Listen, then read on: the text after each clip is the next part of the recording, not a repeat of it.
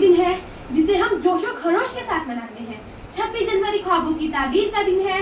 خوابوں کی تعبیر کے حوالے سے یہ یوم احتساب بھی ہے۔ یعنی ہم غور کریں اور سوچیں کہ ہندوستان کن خوابوں کی تعبیر تھا اور وہ خواب کس حد تک پورے ہوئے۔ یوم جمہوریہ ایک قومی دن ہے جسے ہم جوش و خروش کے ساتھ مناتے ہیں۔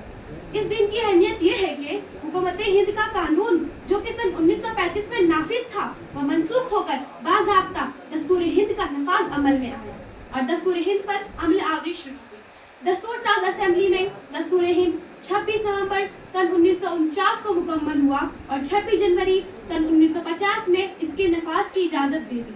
اس طرح دستور ہند کے نفاذ سے ہندوستان میں جمہوری طرز حکومت کا آغاز ہوا۔ میرے دوستوں، آبادی کے لحاظ سے ملک ہندوستان دنیا کی سب سے بڑی پارلیمانی غیر مذہبی جمہوریت ہے۔ اس کے دستور آئین میں کچھ اہم امتیازات ہیں۔ یہاں کے شہریوں کو خود اپنی حکومت منتخب کرنے کا پورا حق حاصل ہے۔ یہاں عوامی کو سرچشمہ اقتدار و اختیار مانا جاتا ہے۔ اس طرح تمام باشندے بلا تفریق مذہب و ملت ایک مشترکہ جمہوریت کی لڑی میں پرو دیے گئے ہیں۔ یہاں پہ مذہب کی اہمیت کا بھی اعتراف کیا گیا ہے اور کہا گیا ہے کہ یہ ملک کسی مذہب کی بنیاد پر حکومت نہیں کرے گا، اس لیے دستور کی 42ویں ترمیم کی روح سے اسے سیکولر اسٹیٹ کہا ہے جہاں ہر مذہب کا احترام ضروری ہے۔ ہر شہری ملک میں رہنے والے ہر شہری کو شہریت کے حقوق سے محروم نہیں کیا جائے گا۔ ہر شہری کو اس لیے شاعر مشرق علامہ اقبال نے فرمایا تھا کہ مذہب نہیں سکھاتا آپس میں بیر رکھنا، کہ مذہب نہیں سکھاتا آپس میں بیر رکھنا، ہندی ہے ہم، وطن ہے ہندوستاں ہمارا۔ آئین کی روح سے ہر ہندوستانی قانون کی نگاہ میں برابر ہے۔ ہر شہری کو آزادی رائے، آزادی خیال، آزادی مذہب کا اختیار حاصل ہے۔ اقلیتوں کو بھی دستور میں ان کا حق دیا گیا ہے۔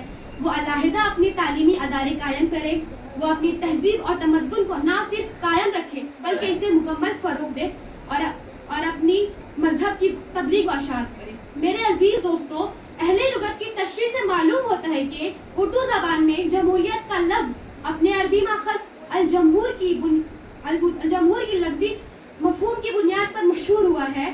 اس کے معنی ہیں اپنے ماحول سے بلند تر اور اکثریت۔ عام بول چال میں جمہوریت سے مراد اکثریت کی مرضی کی حکومت۔ سامعین، آئین ہند کی اہمیت سے انکار نہیں، وہ تمام ملک کی قوانین کا منبع ہے۔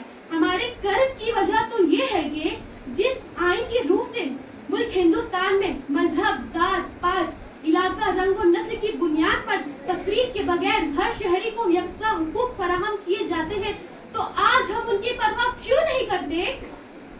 کیوں اس آئین کی یوم نفاذ کی تقریب منانے کو ہی کافی سمجھتے ہیں؟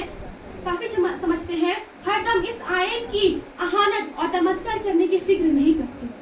سامعین، آج ملک میں جو حالات پیدا کیے گئے ہیں، جو رہ کر اقلیتوں، غریبوں، کمزوروں، ناداروں پر ظلم و ستم کے پہاڑ ڈھائے جا رہے ہیں، اس طرح کی خبریں اخبارات کی سرخیاں بنتی جا رہی ہیں، تب ہماری ذمہ داریاں غیر معمولی بڑھ جاتی ہیں کہ آج یوم احتساب کے موقع پر ہم سب اپنا جائزہ لیں کہ ایک دوسرے کے ساتھ ہمارا کیا معاملہ ہے۔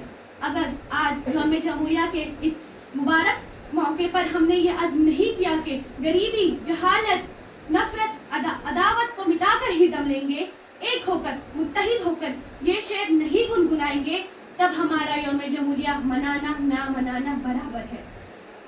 علامہ اقبال نے فرمایا تھا، نہ سمجھو گے تو مٹ جاؤ گے اے ہندوستاں والو، نہ سمجھو گے تو مٹ جاؤ گے اے ہندوستاں والو، تمہاری داستان تک بھی نہ ہوگی داستان ہوگی۔ وما علینا الا البلاغ۔ السلام علیکم ورحمۃ اللہ۔